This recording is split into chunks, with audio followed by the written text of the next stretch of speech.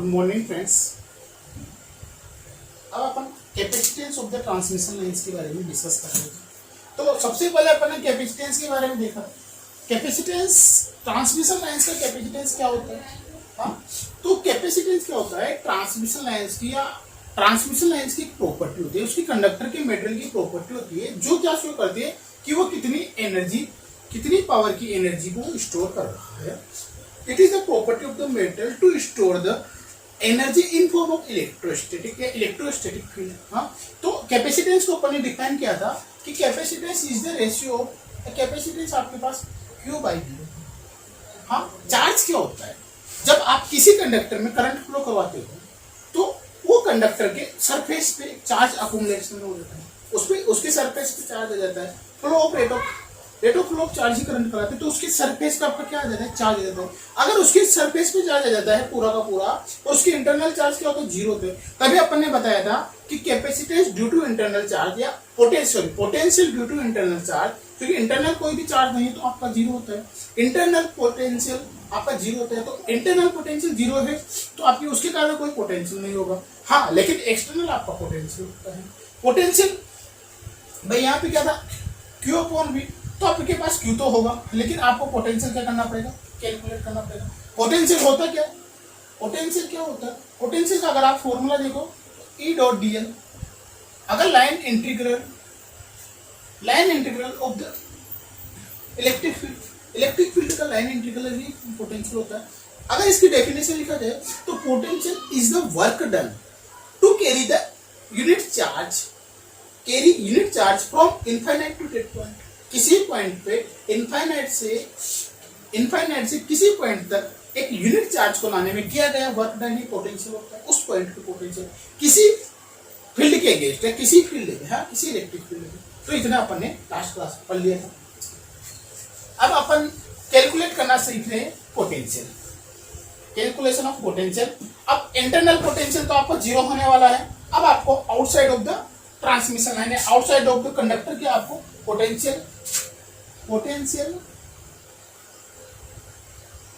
Outside of conductor, किसी भी conductor के आउटसाइड में आपको पोटेंशियल कैलकुलेट करना है। पोटेंशियल कैलकुलेट करना है आपको किसी भी कंडक्टर के आउटसाइड में।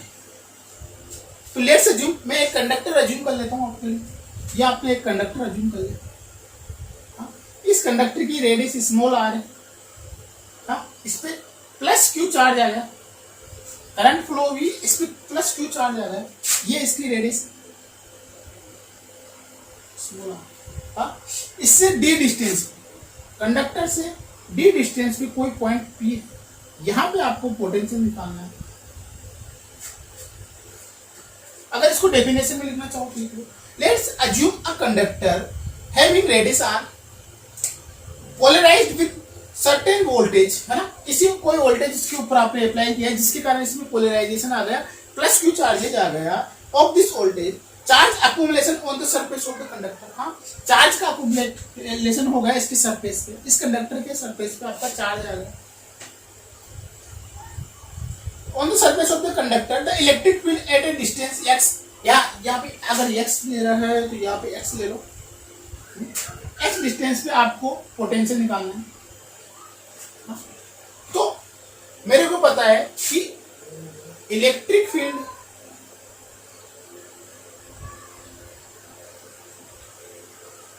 एट डिस्टेंस x डिस्टेंस पे आपका इलेक्ट्रिक फील्ड क्या हो जाएगा?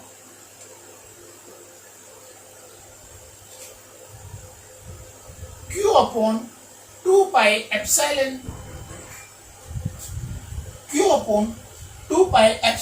इंटू x और x वेक्टर, x की डायरेक्शन में आपका यूनिट वेक्टर, x के is the unit vector in direction of x की डायरेक्शन में आपका यूनिट वेक्टर। अगर ये x डायरेक्शन ले रहे हो तो x की डायरेक्शन में, y डायरेक्शन ले रहे हो तो y की डायरेक्शन में, z डायरेक्शन ले रहे हो तो z की डायरेक्शन में होगा। ठीक है। आपके पास इलेक्ट्रिक फील्ड का फॉर्मूला आ गया। हाँ, पोटेंशियल क्या होगा आपके पास, पोटेंशियल माइनस कहां से लेकर के कहां तक वर्क डन करना है आपको, इनफाइनाइट से लेकर के डी डिस्टेंस तक लाना है, या इनफाइनाइट से लेकर के एक्स डिस्टेंस तक लाना है, इनफाइनाइट से लेकर एक्स डिस्टेंस तक ई डॉट डीएल। हाँ, डीएल वेक्टर लेगा।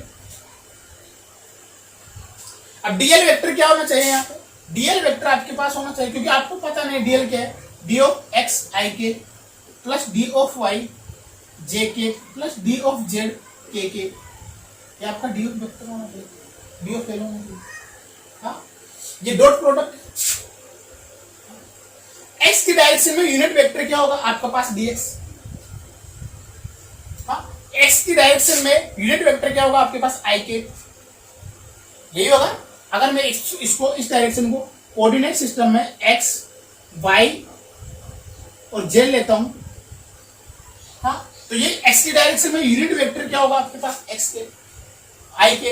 हाँ, तो मैं अगर इसको लिखूं v equal to minus of infinite to x, E की जगह में लिख दूं q divided by 2 pi epsilon naught x, x cap क्या हो जाएगा आपके पास, i dot d of x i के plus d of y j के प्लस डी ऑफ जे के। डॉट प्रोडक्ट अगर आप आई डॉट आई करोगे तो 1 होगा, और आई डॉट जेड और आई डॉट के 1 0 होने वाला, तो ये क्या आ जाएगा आपके पास,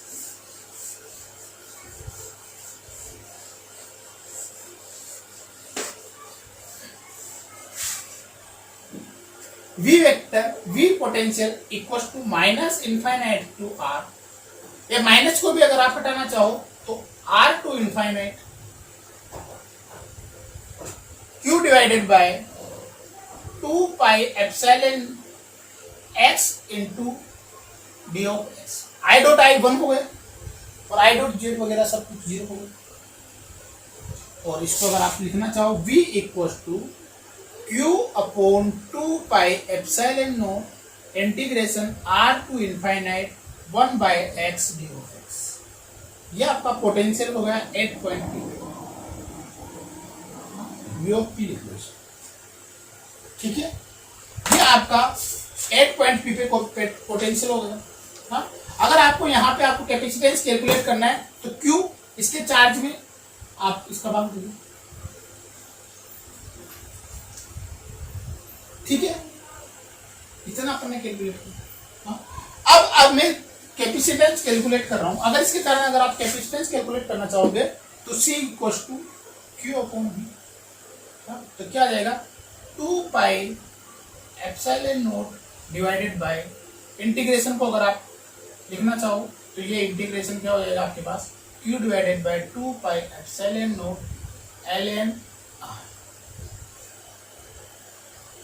और ये यहाँ पे हो जाएगा आपके पास ln। हाँ, इतना अपने को सिंगल कंडक्टर के लिए आप कभी भी के पोटेंशियल कैलकुलेट नहीं करते, लेकिन है ना, अपन 2 कंडक्टर्स की बात करते हैं, कैपेसिटेंस और 2 conductors.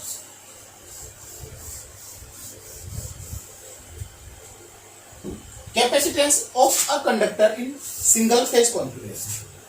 Capacitance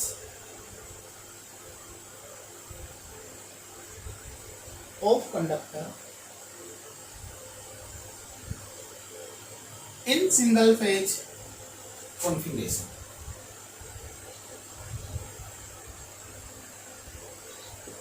single phase configuration की बात कर रहा है, ये आपके पास सिंगल पेज में एक गो कंडक्टर होगा, एक रिटर्न कंडक्टर होगा, एक कंडक्टर ये रहा, एक कंडक्टर आपका ये रहा। अगर इस पे आप प्लस क्यू चार्ज अज्यूम कर रहे हो तो इस पे माइनस क्यू चार्ज अज्यूम करना पड़ेगा, क्यों, क्योंकि एक पे करंट की डायरेक्शन ये होगी तो एक में करंट की डायरेक्शन ये होगी, दोनों की मैं रेडियस स्मॉल आर अज्यूम कर रहा हूं, दोनों की रेडियस में स्मॉल आर अज्यूम कर रहा हूं, दोनों के बीच की डिस्टेंस में स्मॉल डी ले रहा हूं।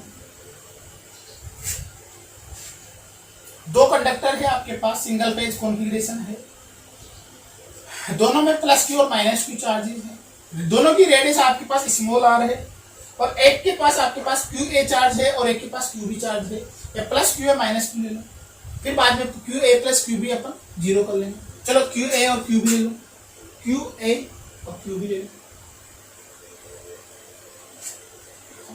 भाई, यहां से अपन करने वाले हैं फिर बाद में क्यू ए प्लस क्यू बी बराबर।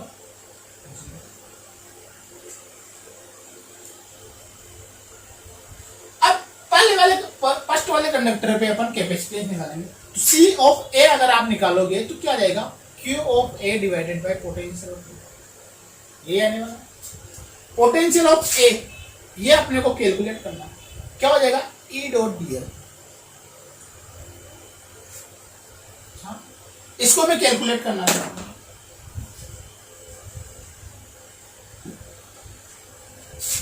देखो पहले तो खुद के चार्ज के कारण होगा Q A upon 2 pi epsilon R to infinite 1 by X into D X. खुद के कंडक्टर के कारण, इसी कंडक्टर के कारण इसमें क्योंकि क्यू चार्ज है तो इसके कारण इसको पोटेंशियल कितना होगा, इसकी सरफेस प्लस इसके कारण इस पॉइंट पे कितना होगा Q B divided by 2 pi epsilon naught small D to infinite 1 upon x into D X. समझने में पहला अपन ने निकाला खुद के कारण, पहला खुद के कारण निकाला आर टू इनफाइनाइट, अपन ने लिमिट खुद की। फिर सेकंड निकाला दूसरे वाले कंडक्टर के कारण। हाँ, दोनों की अगर अपन छोल करते हैं तो क्या आएगा q A upon 2 pi epsilon l of infinite minus zero होगा minus l of r plus Q b upon 2 pi epsilon minus of l N d, क्योंकि क्यू ए प्लस क्यू बी दोनों क्या है आपके पास जीरो, तो यहां से आप क्यू बी की वैल्यू आ जाएगी आपके पास माइनस क्यू बी। ये माइनस अगर यहां रखोगे तो माइनस और माइनस क्या होने वाला है, प्लस होने वाला है। तो क्या आएगा आपके पास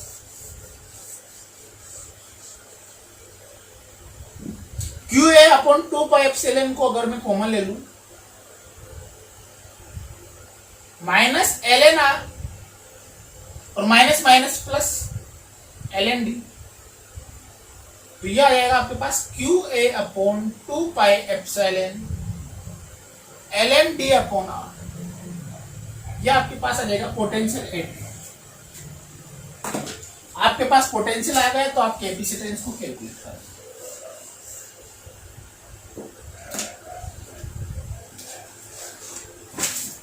सी ए क्या होता है आपके पास q a divided by V of a, यह आ जाएगा आपके पास 2 pi epsilon naught divided by l N d upon.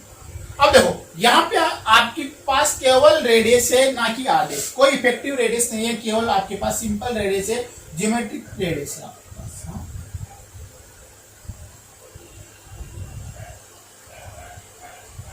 क्यों इंटरनल रेडियस है, क्यों रेडियस है आपके पास केवल, क्योंकि यहाँ पे इंटरनल चार्ज के कारण कोई कैपेसिटेंस नहीं आ रहा। In this calculation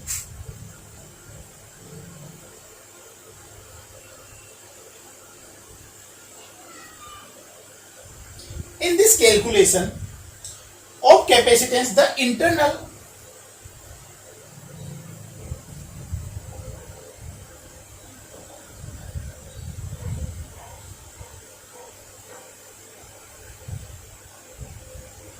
in this calculation of capacitance the internal capacitance is zero, ये internal potential equal to zero।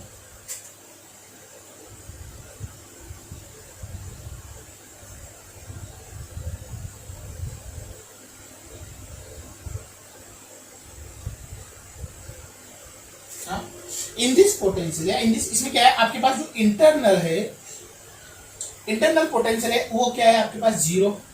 There bye property of the material not taken is not consideration. हाँ, तो यहाँ पे आपकी उसकी इंटरनल प्रॉपर्टी को आप consider नहीं कर सकते। So there are no GMR effect in physical radius, so there are no GMR effect in physical radius।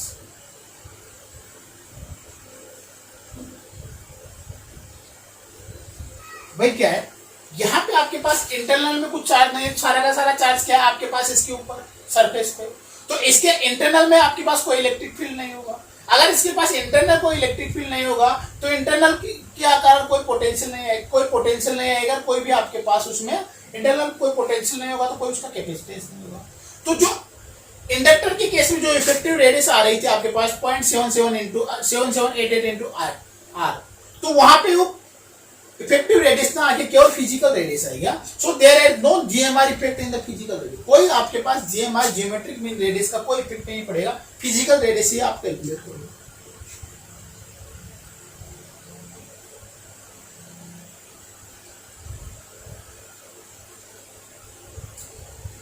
और एक को लिख लो, अगर एक पॉइंट और लिखना चाहो इसी में लिख लो।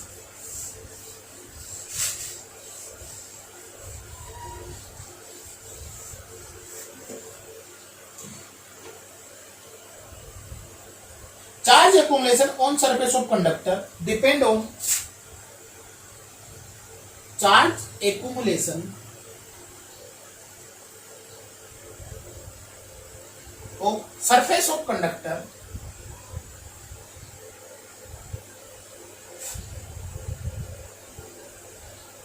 depends on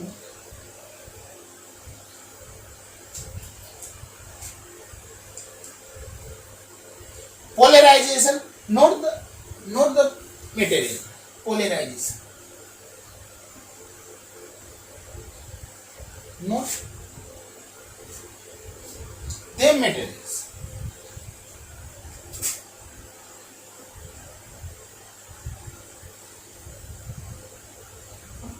जो आपके पास इसी कंडक्टर पे सरफेस पे जो आपके पास चार्ज आया है वो किसके कारण आया है, पोलराइजेशन के कारण, इसी मटेरियल की प्रॉपर्टी के कारण नहीं है, वो केवल पोलराइजेशन के कारण। जब उसमें करंट फ्लो होगी तो उसके ऊपर चार्ज फ्लो होगा, तो उसके कारण वो चार्ज आया है ना, किसी मटेरियल की प्रॉपर्टी के कारण है, किसी मटेरियल के कारण नहीं है।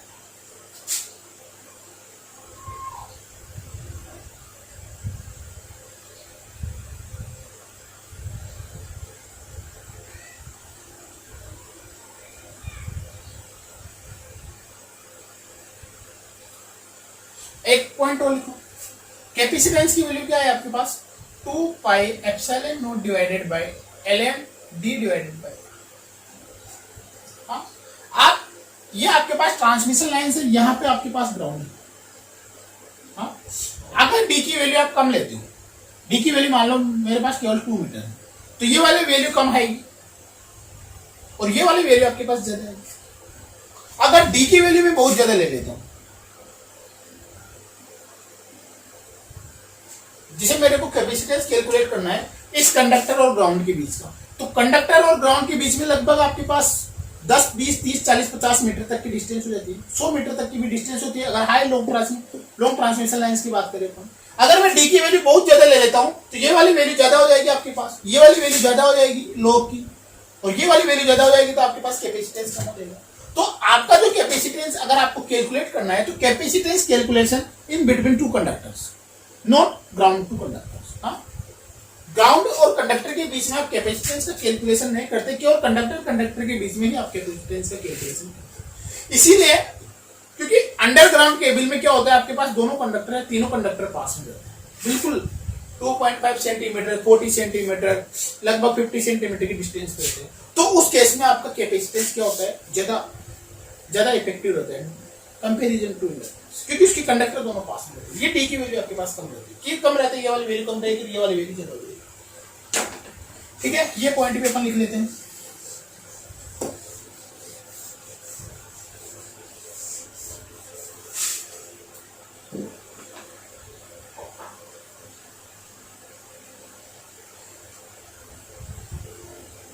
कैपेसिटेंस कैलकुलेशन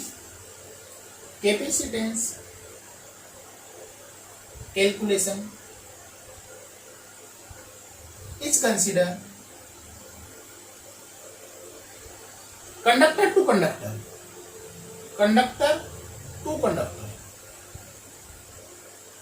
कंडक्टर से कंडक्टर के बीच की है कैपेसिटेंस आपको कंसीडर करना पड़ता है, because conductor to conductor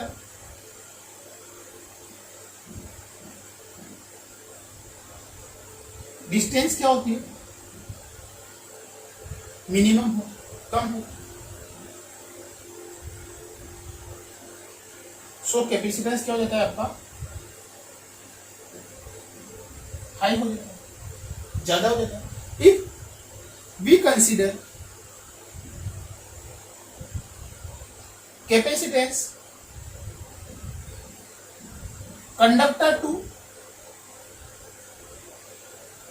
ground, अगर आपको capacitance conductor to ground calculate करना है या कंसिडर करना है, देन डी की वैल्यू क्या हो जाएगी आपके पास, ज्यादा होगी। Now L N D by R क्या हो जाएगा आपके पास, ज्यादा हो जाएगा। L N D by R अगर आपके पास ज्यादा होगा तो कैपेसिटेंस की वैल्यू क्या हो जाएगी, तो आप capacitance to ground capacitance conductor to ground capacitance आप कैलकुलेट नहीं करते, इसकी वैल्यू बहुत कम होती है, इसलिए इसको आप कैलकुलेट नहीं करते। ठीक है, आपको केवल कैपेसिटेंस कहा था, कंडक्टर टू कंडक्टर कैपेसिटेंस आपको कैलकुलेट।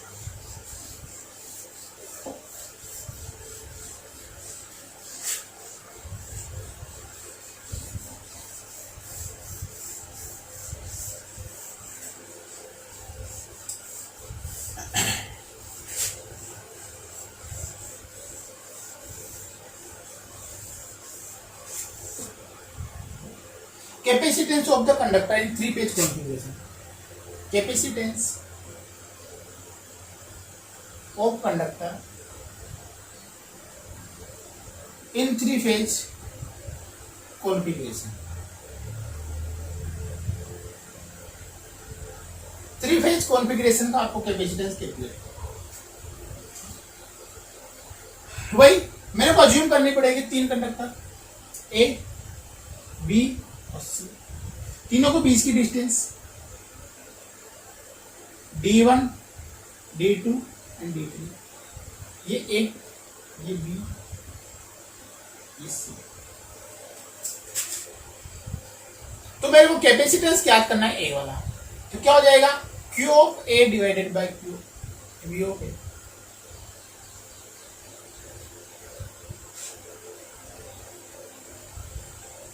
सिंपल, पूरा का पूरा पोटेंशियल ऑफ ए ज्ञात करना पड़ेगा to calculate V of a. V of a ज्ञात करना पड़ेगा आपको। वी ऑफ ए की वैल्यू कैसे निकालोगे, वही q A upon 2 pi epsilon integration r to infinite 1 upon x d x. Q of a के कारण, एच कंडक्टर के कारण, बी कंडक्टर के कारण लिखोगे q of b divided by 2 pi epsilon naught integration b d three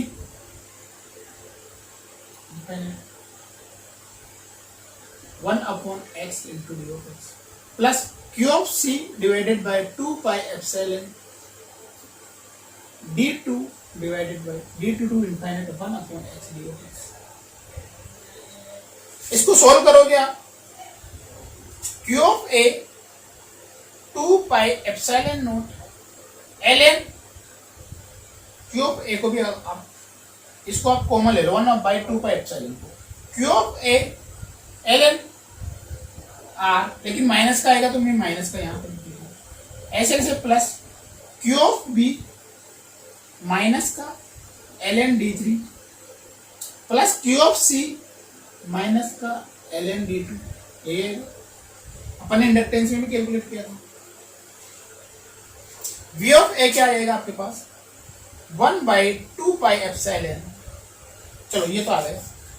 इसके बाद में 4 सिमेट्रिकल स्पेसिंग देख लो। अगर आपको सिमेट्रिकल स्पेस करना है D1 D2 D3 को मेरे को सेम कर दो, 4 सिमेट्रिकल स्पेसिंग।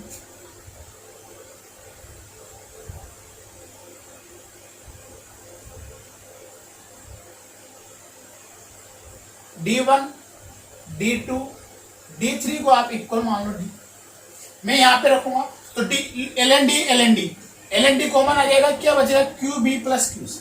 तो क्या होने वाला है, V of A equal to 1/2 pi epsilon naught minus of Q of A L N R minus of Q B plus Q C L N D,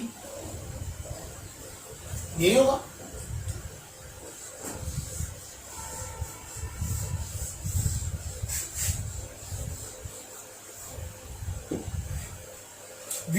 क्या आ जाएगा आपके पास 1/2 पाई एप्सिलॉन नॉट, सॉरी इसको थोड़ा सा और मॉडिफाई कर देते हैं अपन, Q of a plus q of b plus q of c क्या होने वाला है 0, तो q of b plus q of c क्या होने वाला है आपके पास माइनस क्यू ऑफ ए, तो माइनस क्यू ऑफ ए मैं यहाँ रखूंगा, मैं यहाँ पे माइनस क्यू ऑफ ए रखूंगा, अगर यहाँ पे मैं माइनस क्यू ऑफ ए रखूंगा तो क्या हो जाएगा माइनस माइनस प्लस हो जाएगा, क्यू ऑफ ए बाहर आ जाएगा, तो क्या आ जाएगा V of A equal to q of a बाहर ले लिया मैंने upon 2 pi epsilon naught ln r minus का प्लस ln d, तो यहां से आपके पास आ जाएगा q of a ln d by r divided by 2 pi epsilon. Capacitance अगर आपको कैलकुलेट करना है, अगर आपको कैपेसिटेंस कैलकुलेट करना है तो क्या करना पड़ेगा, C बराबर Q, C बराबर कैपेसिटेंस बराबर Q अपॉन V, तो C बराबर Q कैपेसिटेंस Q ऑफ ए और Q ए ln D अपॉन R, और ये चला जाएगा आपके पास, ये हो गया आपके पास 2 pi epsilon naught ln D by R, same आया।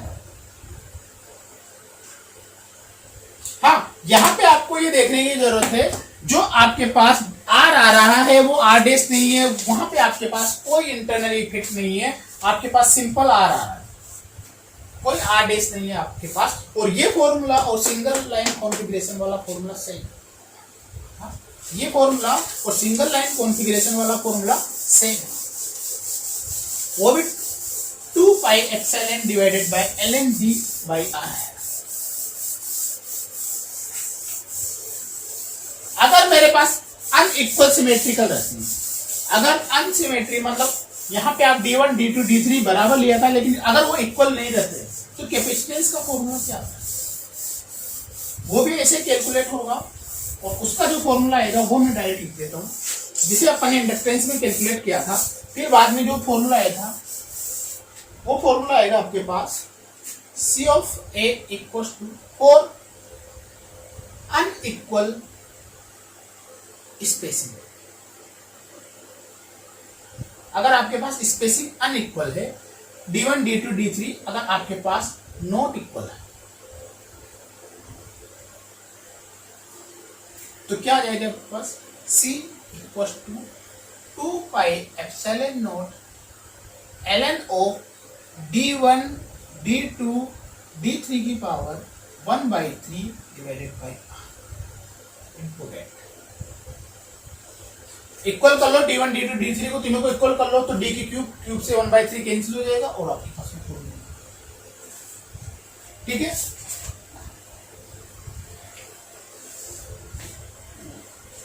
अगर आपको डबल सर्किट लाइन का कैपेसिटेंस कैलकुलेट करना है, अगर मेरे को डबल सर्किट लाइन का कैपेसिटेंस कैलकुलेट करना है,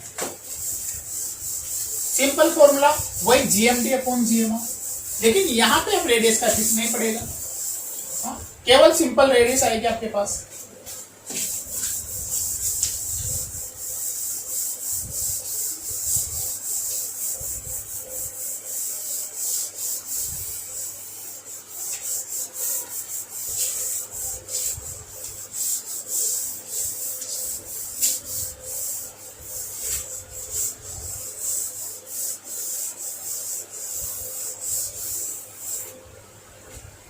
कैपेसिटेंस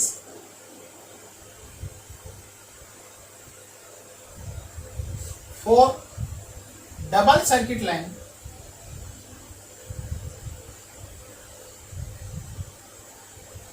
अगर आपके पास डबल सर्किट लाइन है तो उसका कैपेसिटेंस कैसे कैलकुलेट करेंगे,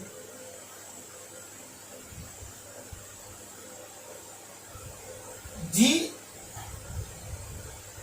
mutual GMD divided by self, जैसे आपने ln of mutual GMD divided by self, ln of mutual GMD divided by self, हाँ D ऑफ M वही mutual GMD, D of S self GMD, हाँ D of S इस बार R ना कि R R' नहीं है, हाँ। GMD जैसे अपन ने इंडक्टेंस में कैलकुलेट किया था, एज इट इज आपके पास वैसे वैसे आपको कैलकुलेट करना है, ठीक है। कैपेसिटेंस में आपके पास इतना ही है, इससे ज्यादा कैपेसिटेंस में नहीं है। और अगर बंडल कंडक्टर का भी आपको देखना पड़ेगा तो बंडल कंडक्टर का भी यही है। बंडल कंडक्टर का अलग से आप लिखना चाहो तो लिख सकते हो। बंडल कंडक्टर का भी आपको GMD dm upon ds ln of dm upon ds 2 pi epsilon naught upon ln of t।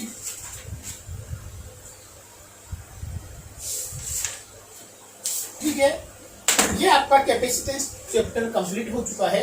Upon next class में शॉर्ट ट्रांसमिशन लाइंस के बारे में डिस्कस करेंगे। Okay, thank you very much.